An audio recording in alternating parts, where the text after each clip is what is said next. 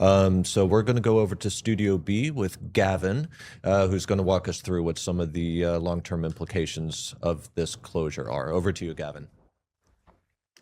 Jumping straight in, Middle Eastern exports form really the foundation of East Asia's two most critical industries, semiconductors and energy.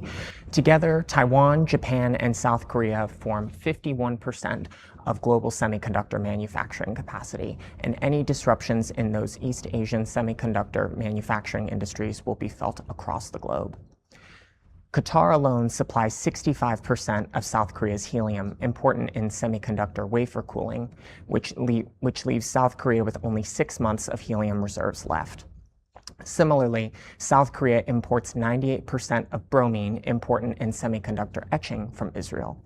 If any production centers in Israel and the Gulf states are hit, supply chip shortages and price hikes will happen across the globe.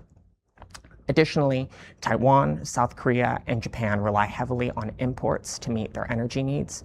Japan imports 95% of its oil from the Middle East through the Strait of Hormuz, which is now closed. And additionally, Taiwan meets 1/3 of its energy needs through Qatari liquefied natural gas. LNG production is critical to Taiwan, Japan, and South Korea's extremely energy-intensive semiconductor manufacturing industries. And a full restart of LNG production in the Middle East will take several weeks to several months, even under ideal circumstances after hostilities cease. Additionally, Taiwan and South Korea have moved to shift their supply chains to the United States to absorb shocks from the conflict in the Middle East.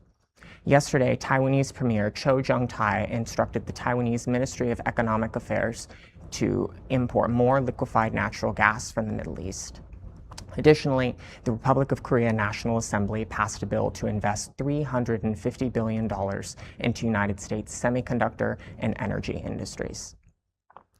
Lastly, Japanese Prime Minister Takaichi Sanae, who, as Ilian Martin mentioned, will be visiting Washington, D.C. and meeting with President Donald Trump on March 19th, announced that Japan will be releasing 80 million barrels of oil from its national reserves to help meet the global IEA 400 million barrel need.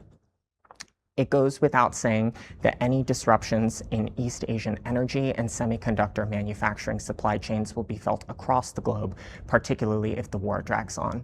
Back to you, Willie. Thank you so much, Gavin. Really appreciate that great insight.